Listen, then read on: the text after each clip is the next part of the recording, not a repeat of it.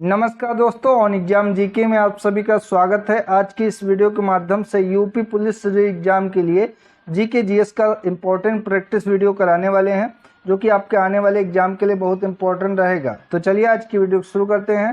पहला प्रश्न है, वह उपकरण है जिसे परिपथ में हमेशा श्रेणी क्रम में जोड़ा जाता है और इसके माध्यम से परिपथ के विद्युत प्रवाह को मापा जाता है, उसे क्या कहते हैं? तो राइट ऑप्शन हो जाएगा, इसको एमीटर कहा जाता है। एमीटर एक ऐसा उपकरण होता है जिसका उपयोग परिपथ की विद्युत धारा को मापने के लिए किया जाता है। बी करेक्ट ऑप्शन हो जाएगा। अगला क्वेश्चन, द्रव या गैस में निलंबित छोटे कणों की टेढ़ी मेढ़ी यानी कि जिग जैग गतिविधि को क्या कहा जाता है? विसरण, परासरण, ब्राउनीगत या संपीड्यता? तो द्रव या गैस में निलंबित छोटे कणों की टेढ़ी मेढ़ी जो कि जिग जैग गतिविधि होती है, जिसे ब्राउनीगत कहा जाता है। सी इसका राइट ऑप्शन हो जाएगा। अगला क्वेश्चन, प्राचीन समुद्री बंदरगाह मुजिरिस किस भारतीय राज्य में स्थित था? इंपॉर्टेंट क्वेश्चन है। तो मुजिरिस जो कि केरल राज्य में था, ऑप्शन नंबर ए इसका राइट ऑप्शन हो जाएगा। मुजिरिस जो कि केरल राज्य के मालाबार तट पर स्थित एक प्राचीन समुद्री बंदरगाह था, ध्यान रखेंगे। अगला क्वेश्चन, तीसरी बौद्ध परिषद किस शहर में आयोजित की गई थी? तो सम्राट अशोक के शासनकाल में तीसरी बौद्ध परिषद का आयोजन जो कि 251 ईसा पूर्व पाटलिपुत्र शहर में हुआ था। राइट ऑप्शन इसका बी हो जाएगा। अगर इसके अध्यक्ष पूछे तो इसके अध्यक्ष मोगलीपुत्र थे, ठीक है। मोगलीपुत्र इसके अध्यक्ष थे तीसरी बौद्ध परिषद के, ठीक है। अगला, ईरान से दिल्ली तक कलाकारों मीर सैयद अली और अब्दुल समद के साथ कौन सा मुगल आया था? तो इसका राइट ऑप्शन हो जाएगा ऑप्शन नंबर सी, हुमायूं आया था। मुगल चित्रकला की शुरुआत हुमायूं के काल से होती है। हुमायूं ने फारस के शासक के यहाँ शरण के दौरान 2 फारसी ईरानी चित्रकारों की सेवाएं प्राप्त की थी, जो कि मीर सैयद अली और अब्दुल समद थे, ठीक है। राइट ऑप्शन सी इसका हो जाएगा। अगला, मिश्र धातु गुलाब सोने में सोने के अलावा अन्य कौन सी धातु शामिल होती है? प्लेटिनम, चांदी, क्रोमियम, तांबा? तो गुलाब सोना सोने और तांबे की मिश्र धातु होती है, जिसका उपयोग आभूषण प्रसंस्करण उद्योग में किया जाता है। तो right option option number D इसका हो जाएगा, तांबा। अगला, मोनोमर कैप्रोलैक्टम का किस बहुलक को प्राप्त करने के लिए बहुलीकरण किया जाता है? तो राइट ऑप्शन है ऑप्शन नंबर बी, कैप्रोलैक्टम एक चक्रीय एमाइड है जिसका प्रयोग एक मोनोमर के रूप में नायलॉन 6 बनाने के लिए किया जाता है। राइट ऑप्शन बी इसका हो जाएगा। क्वेश्चन नंबर 8, गैल्वेनाइजेशन का मतलब इस्पात को रिक्त स्थान की पतली परत के साथ आवरण करना है। तो गैल्वेनाइजेशन का मतलब इस्पात को जस्ता की पतली परत के साथ आवरण करना है। इसको धातुओं का संरक्षण रासायनिक प्रक्रिया के माध्यम से होता है, ताकि जो इस्पात लोहा पे है वो क्षरण ना हो, कोरोजन ना हो इस पे, यानी कि जो मोर्चा कहते हैं आम भाषा में, मोर्चा उस पर ना लगे। इसके लिए जस्ते की एक पतली परत चढ़ाई जाती है। तो राइट ऑप्शन 20 का हो जाएगा। अगला क्वेश्चन, पर्यावरण संरक्षण से संबंधित मामलों के प्रभावी और त्वरित निपटान के लिए कौन सा प्राधिकरण स्थापित किया गया था? तो राइट ऑप्शन है ऑप्शन नंबर बी, राष्ट्रीय हरित प्राधिकरण, जो कि पर्यावरण संरक्षण से संबंधित मामलों के प्रभावी और त्वरित निपटान के लिए इसकी स्थापना की गई थी। इसकी स्थापना कब की गई थी? तो 2010 में की गई थी, ये भी ध्यान रखेंगे। राइट ऑप्शन बी है इसका। अगला, हल्दी घाटी का युद्ध इस वर्ष में लड़ा गया था? 1526, 1576, 1605, 1660? तो हल्दी घाटी का युद्ध जो कि मुगल बादशाह अकबर और महाराणा प्रताप के बीच हुआ था और ये 1576 में लड़ा गया था। तो राइट ऑप्शन ऑप्शन नंबर 20 का हो जाएगा, ठीक है। और इसी युद्ध में अकबर का जो सेनापति था वो मान सिंह था। अकबर का सेनापति पूछा जाता है कि हल्दी घाटी के युद्ध में कौन था? तो मान सिंह था और 1576 में हुआ था अकबर और महाराणा प्रताप के बीच में। अगला, 1930 में प्रथम गोलमेज सम्मेलन का आयोजन कहाँ पर किया गया था? Assam, Lahore, USA, London? तो 1930 में प्रथम गोलमेज सम्मेलन का आयोजन जो कि लंदन में किया गया था। तो राइट ऑप्शन इसका डी हो जाएगा। क्वेश्चन नंबर 12, 1839 में तत्वबोधिनी सभा की स्थापना किसने की थी? तो 1839 में तत्वबोधिनी सभा की स्थापना जो कि देवेंद्र नाथ टैगोर ने की थी। राइट ऑप्शन इसका हो जाएगा ऑप्शन नंबर ए, ठीक है। और इन्होंने ये एक मासिक पत्रिका भी निकाली थी जिसका नाम था तत्वबोधिनी। तत्वबोधिनी मासिक पत्रिका थी, ठीक है। ये देवेंद्रनाथ टैगोर के द्वारा ही निकाली गई थी। अगला क्वेश्चन, प्राचीन गणित पुस्तक गणित सार संग्रह रिक्त स्थान है किसके द्वारा लिखी गई थी? तो प्राचीन गणित पुस्तक जिसका नाम था गणित सार संग्रह, जो कि लिखी गई थी महान गणितज्ञ महावीराचार्य के द्वारा, ठीक है। तो राइट ऑप्शन नंबर 20 का हो जाएगा। अगला, निम्नलिखित स्रोतों में से किसके माध्यम से पौधे हाइड्रोजन प्राप्त करते हैं? मृदा जल, धूप, मृदा या वायु? तो मृदा जल के माध्यम से पौधे हाइड्रोजन प्राप्त करते हैं। राइट ऑप्शन नंबर ए इसका हो जाएगा। अगला क्वेश्चन, निम्नलिखित प्रकार की विषाक्तता में से किसको प्लम्बिस्म भी कहा जाता है? तो प्लम्बिस्म जो कि कहा जाता है ये सीसा विषाक्तता को कहा जाता है। राइट ऑप्शन डी इसमें हो जाएगा। मानव एवं अन्य कशेरुकाओं में सीसा लेड की उच्च मात्रा बढ़ाने पर जो समस्या होती है उसे सीसा विषाक्तता या लेड पॉइजनिंग के नाम से जाना जाता है। अगला, निम्नलिखित में से भारत में प्रत्यक्ष विदेशी निवेश को कौन नियंत्रित करता है? तो भारत में प्रत्यक्ष विदेशी निवेश को भारतीय रिजर्व बैंक के द्वारा किया जाता है। तो राइट ऑप्शन इसका बी हो जाएगा। भारतीय रिजर्व बैंक के द्वारा इसको नियंत्रित किया जाता है, ठीक है। अगला, निम्नलिखित में से कौन सा दीर्घकालिक विकास और हमारे विश्व को बदलने के लिए अग्रणी सिद्ध हो सकता है? तो यह औद्योगिकरण और आधारभूत संरचना संबंधी विकास जो कि हमारे विश्व को बदलने के लिए अग्रणी सिद्ध हो सकता है। राइट ऑप्शन डी हो जाएगा। अगला, ये किसका चिन्ह है? तो ये रा जो कि इस तरीके से बना है, ये किसका चिन्ह है? तो ये भारतीय रुपये का चिन्ह है। ऑप्शन नंबर सी इसका करेक्ट ऑप्शन हो जाएगा। या उल्टा भी कभी कभी एग्जाम में पूछ लेता है कि भारतीय रुपया का चिन्ह किस प्रकार का होता है, और ऑप्शन में इस तरीके से दे देगा। तो ये इंपॉर्टेंट क्वेश्चन है।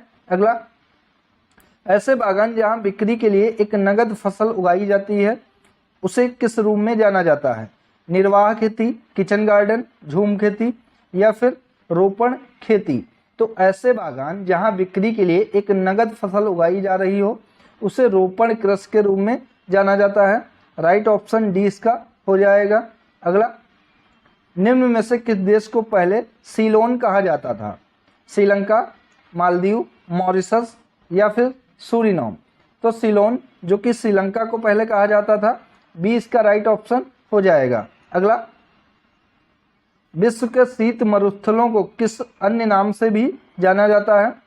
तो विश्व के जितने भी ठंडे मरुस्थल हैं उनको टुंड्रा प्रदेश के नाम से भी जाना जाता है। राइट ऑप्शन बी हो जाएगा, ठीक है। यहाँ वर्षा जो कि बिल्कुल भी नहीं होती है, कह सकते हैं कि ना के बराबर होती है, तथा पूरे वर्ष तापमान 0 डिग्री सेल्सियस से भी कम रहता है। इन्हें टुंड्रा प्रदेश कहा जाता है। अगला, नीलगिरी पर्वत के उदाहरण हैं संचित पर्वतों के, प्रखंड पर्वतों के, अवशिष्ट पर्वतों के या फिर मोड़दार पर्वतों के? तो नीलगिरी पर्वत जो कि अवशिष्ट पर्वतों के उदाहरण हैं। राइट ऑप्शन इसका हो जाएगा सी, राइट ऑप्शन हो जाएगा। नीलगिरी पर्वत भारत के पश्चिमी घाट की एक पर्वतमाला है। यह तमिलनाडु, कर्नाटक और केरल में फैली हुई है। अगला, यमुना और बेतवा नदियों का संगम कहाँ पर होता है? तो यमुना और बेतवा नदियों का संगम जो कि हमीरपुर में होता है। राइट ऑप्शन इसका डी हो जाएगा, ठीक है। अगला, चकमा शरणार्थी किस देश से संबंधित हैं? नेपाल से, बांग्लादेश से, पाकिस्तान से या श्रीलंका से? तो चकमा शरणार्थी जो कि बांग्लादेश से संबंधित है। तो राइट ऑप्शन इसका बी हो जाएगा। 1964 से 1969 के मध्य अरुणाचल प्रदेश में आकर बसने वाले बांग्लादेश शरणार्थी हैं। अगला, निम्नलिखित में से संगीत के लिए कौन सा सम्मान दिया जाता है? इंपॉर्टेंट क्वेश्चन है ये। तो संगीत के लिए इनमें से कालिदास सम्मान दिया जाता है, ठीक है। राइट ऑप्शन सी इसका हो जाएगा। अगला, विश्व जल दिवस कब मनाया जाता है? तो विश्व जल दिवस 22 मार्च को मनाया जाता है। वर्ष 2023 में विश्व जल दिवस की थीम जो कि आपके एग्जाम के लिए इंपॉर्टेंट है, एक्सेलरेटिंग चेंज है, ठीक है। तो राइट ऑप्शन हो जाएगा 22 मार्च, ए करेक्ट ऑप्शन होगा। अगला क्वेश्चन, हरिवंश राय बच्चन को उनके किस काव्य संग्रह के लिए जाना जाता है?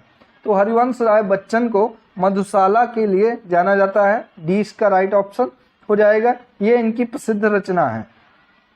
अगला, संविधान सभा का अंतिम सत्र कब आयोजित किया गया था? 26 जनवरी 1950 को, 24 जनवरी 1950 को, 29 जनवरी 1952 को, 26 नवंबर 1949 को। तो 26 नवंबर 1949 को तो संविधान को अंगीकृत किया गया था, लेकिन संविधान सभा का जो अंतिम सत्र है वो 24 जनवरी 1950 को आयोजित किया गया था। राइट ऑप्शन ऑप्शन नंबर 20 का हो जाएगा, ये ध्यान रखेंगे। अगला क्वेश्चन, भारत की संविधान सभा के अध्यक्ष कौन थे? डॉक्टर भीमराव अम्बेडकर, डॉक्टर राजेंद्र प्रसाद, सी कृष्णस्वामी अय्यर या सी के एम मुंशी। तो भारत की संविधान सभा के स्थायी अध्यक्ष कई बार पूछ लेता है, तो स्थायी अध्यक्ष जो कि डॉक्टर राजेंद्र प्रसाद थे, ऑप्शन नंबर 20 का करेक्ट ऑप्शन हो जाएगा। और ये भारतीय संविधान की जो 11 दिसंबर 1946 को बैठक हुई थी उसमें ये स्थायी अध्यक्ष नियुक्त किए गए थे। इससे पहले 9 दिसंबर 1946 को जो बैठक हुई थी उसमें डॉक्टर सच्चिदानंद सिन्हा को अस्थायी अध्यक्ष नियुक्त किया गया था भारतीय संविधान सभा का। ठीक है, ये ध्यान रखेंगे। अगला, भारतीय संविधान के किस अनुच्छेद में राज्यों के लिए महाधिवक्ता के पद का प्रावधान किया गया है? तो ये किया गया है अनुच्छेद 165 में। इंपॉर्टेंट क्वेश्चन है। राइट ऑप्शन नंबर 20 का करेक्ट ऑप्शन हो जाएगा। अगला, सूफी कवि अमीर खुसरो का जन्म उत्तर प्रदेश के किस जिले में हुआ था? बुलंदशहर, अलीगढ़, एटा या फिर फैजाबाद। तो सूफी कवि अमीर खुसरो का जन्म जो कि 1253 में हुआ था और ये उत्तर प्रदेश के एटा जिले में हुआ था। Right option option number C इसका हो जाएगा। वर्तमान में ये कासगंज में पड़ता है, कासगंज में, पहले एटा था। ठीक है। अगला, उत्तर प्रदेश का राजकीय फूल कौन सा है? तो पलाश या टेसू के नाम से भी जाना जाता है, जो कि उत्तर प्रदेश का राजकीय पुष्प है। Right option option number D हो जाएगा। अगला क्वेश्चन, इनमें से कौन सा उत्तर प्रदेश का पारंपरिक शिल्प नहीं है? कांथा टाके, जरदोजी, चिकनकारी या संगमरमर जड़ना। तो उत्तर प्रदेश का पारंपरिक शिल्प इनमें से कांथा टाके नहीं है। राइट ऑप्शन इसका ये हो जाएगा। ये जो कि बंगाल की कढ़ाई है, ना कि यूपी की है। अगला, उत्तर प्रदेश पुलिस का मुख्यालय कहाँ पर स्थित है? ये भी आपके लिए बहुत इंपॉर्टेंट क्वेश्चन है ये। ठीक है। और उत्तर प्रदेश पुलिस का मुख्यालय जो कि पहले प्रयागराज में था, लेकिन अगर वर्तमान में पूछे कहाँ है तो वर्तमान में लखनऊ में है। ठीक है, लखनऊ में वर्तमान में उत्तर प्रदेश पुलिस का मुख्यालय है। पहले ये प्रयागराज में था। अगर केंद्रीय पुलिस का मुख्यालय पूछे तो केंद्रीय पुलिस का मुख्यालय जो कि भोपाल में है, एमपी में है। ये भी पॉइंट ध्यान रखेंगे, आपके एग्जाम के लिए महत्वपूर्ण है। अगला, निम्नलिखित में से कौन सा देश भारतीय राज्य उत्तर प्रदेश में से सीमाएं साझा करता है? चीन, भूटान, नेपाल, बांग्लादेश। तो यूपी से जो कि नेपाल सीमाएं साझा करता है। सी इसका राइट ऑप्शन हो जाएगा। ठीक है। इससे कुल 9 राज्यों की सीमा जो कि स्पर्श करती है यूपी से। ठीक है, जिनमें एक केंद्र शासित प्रदेश है जो कि दिल्ली है, और 8 राज्य हैं और एक केंद्र शासित प्रदेश। तो कुल 9 राज्यों से सीमा यूपी की लगती है। अगला, दिसंबर 2023 में शिवाजी की प्रतिमा का अनावरण कहाँ पर किया गया? तो शिवाजी की प्रतिमा का अनावरण जो कि किया गया सिंधुदुर्ग में। Right option option number B हो जाएगा।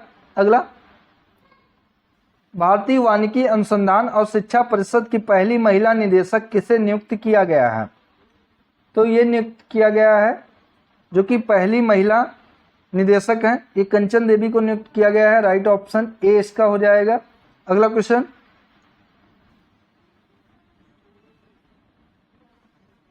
किस राज्य में दी हम्प द्वितीय विश्व युद्ध संग्रहालय का उद्घाटन किया गया है? तो दी हम्प द्वितीय विश्व युद्ध का संग्रहालय जो कि अरुणाचल प्रदेश में किया गया है। राइट ऑप्शन इसका हो जाएगा भारत होगा यहाँ पर, क्योंकि अरुणाचल प्रदेश जो कि भारत का एक प्रदेश है। तो right option option number A हो जाएगा। इसका उद्घाटन भारत में अमेरिकी राजदूत एरिक मार्सेटी के द्वारा किया गया। किसके द्वारा किया गया? तो एरिक मार्सेटी के द्वारा किया गया उद्घाटन, और ये अरुणाचल प्रदेश में किया गया। ठीक है। तो दोस्तों, ये थी आज की इंपॉर्टेंट वीडियो जिसके अंतर्गत यूपी पुलिस एग्जाम के लिए जीके जीएस के क्वेश्चन को कवर किया गया। दोस्तों, ऐसे ही हिंदी यूपी जीके की इंपॉर्टेंट प्रैक्टिस वीडियो चलाई जा रही हैं, जिनको आप प्ले लिस्ट में जाकर देख सकते हैं। अगर आपने अभी तक चैनल को सब्सक्राइब नहीं किया है तो चैनल को सब्सक्राइब करके बेल आइकन को प्रेस कर लें। धन्यवाद साथियों।